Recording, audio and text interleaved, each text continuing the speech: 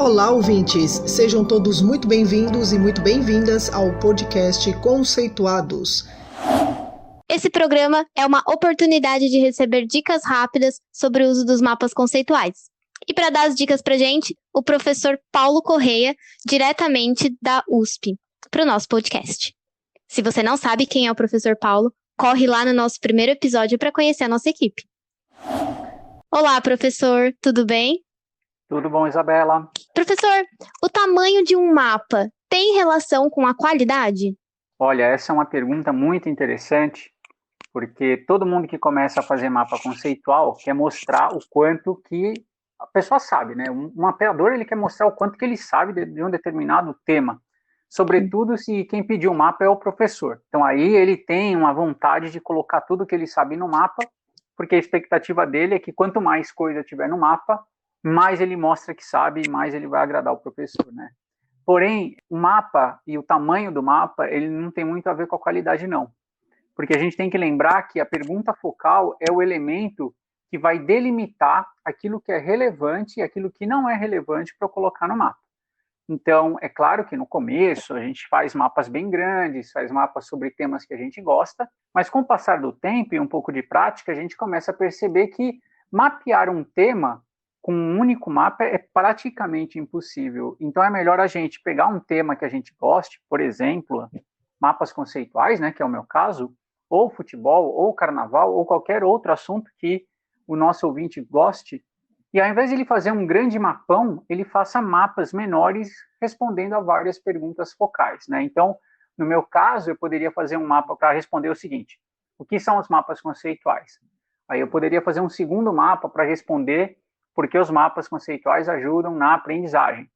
Poderia fazer um terceiro mapa ainda, né? Como o professor pode usar os mapas conceituais. Então, o mapa grande, ele é um bom começo, né? É quando a gente ainda está organizando as nossas ideias, né? A gente ainda está ali fazendo um levantamento do que eu sei, do que eu não sei, ou então minhas dúvidas. Mas, com o passar do tempo, né, quanto mais a gente vai modelando o nosso conhecimento, mais fácil fica a gente localizar os pontos de corte.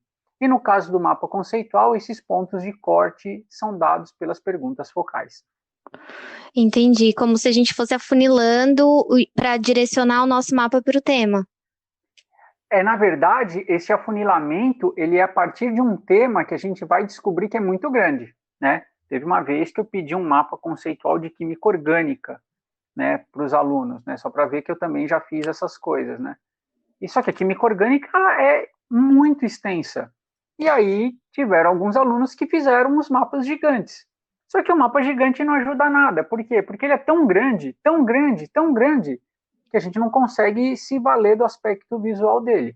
Então, assim, o tema é muito grande e a pergunta focal, ou as perguntas focais que eu vou descobrindo enquanto eu estudo o tema é que dão este afunilamento que você mencionou. Nós sabemos que tem como, né, construir um mapa conceitual com post-it, técnicas de elaborar um mapa conceitual no papel, né? A gente acompanha as suas lives e a gente sempre escuta por lá. Mas como que a gente pode fazer para manipular esses conceitos de uma forma fácil, utilizando programas de computador?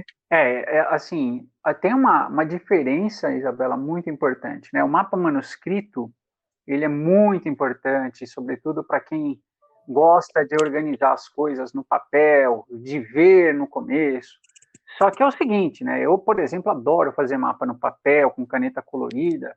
Só que chega uma hora que você não consegue mais revisar esse mapa.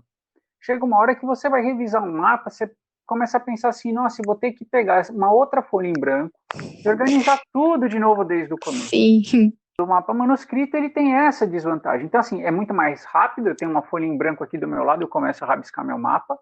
Só que, se eu quero, por exemplo, representar as minhas ideias, né, e sobre um determinado tema, e isso vai virar um mapão, e aí depois deste mapão eu vou chegar a identificar algumas perguntas focais para fazer mapas menores, bom, eu vou precisar modificar muito esse mapa ao longo do tempo. E é aí que eu acho que os programas que nos ajudam a fazer mapas conceituais são utilíssimos, sobretudo porque eles nos ajudam a revisar mapas de uma maneira bastante rápida e ágil.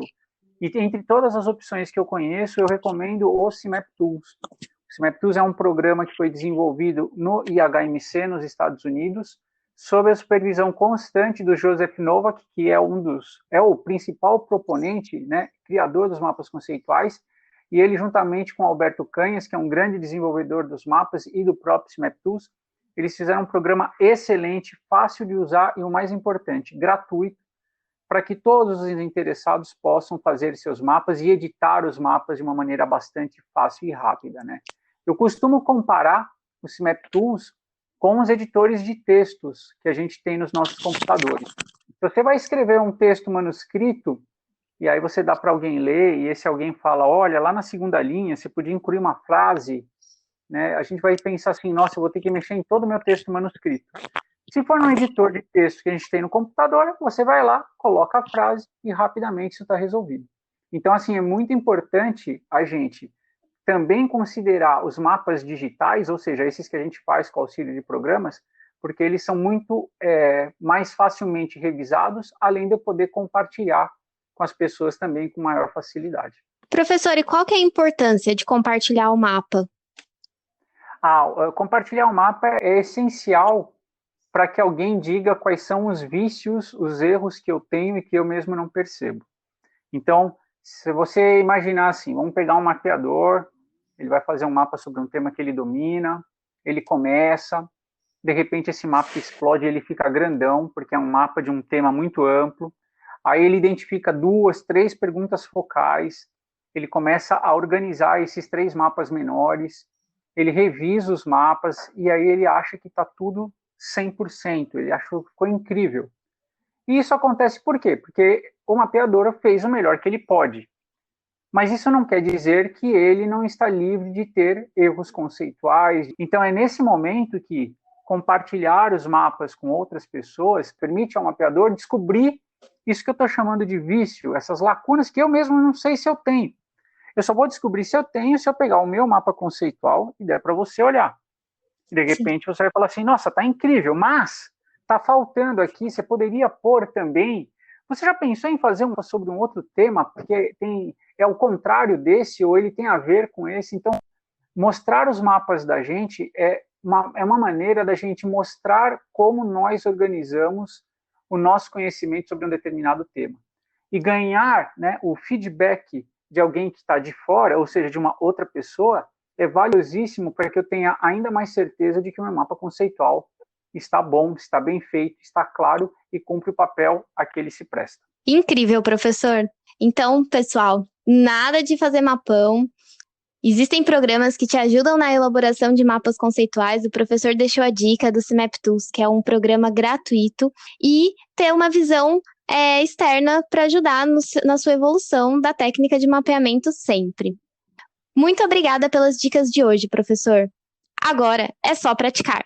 Nos vemos no próximo Dicas do Paulo. Além do podcast, você pode encontrar informações sobre o nosso grupo de pesquisa e o conhecimento produzido nas nossas outras redes sociais, como o nosso canal do YouTube, Mapas Conceituais, e o nosso perfil no Instagram, Conceituais Mapas. Esperamos vocês por lá!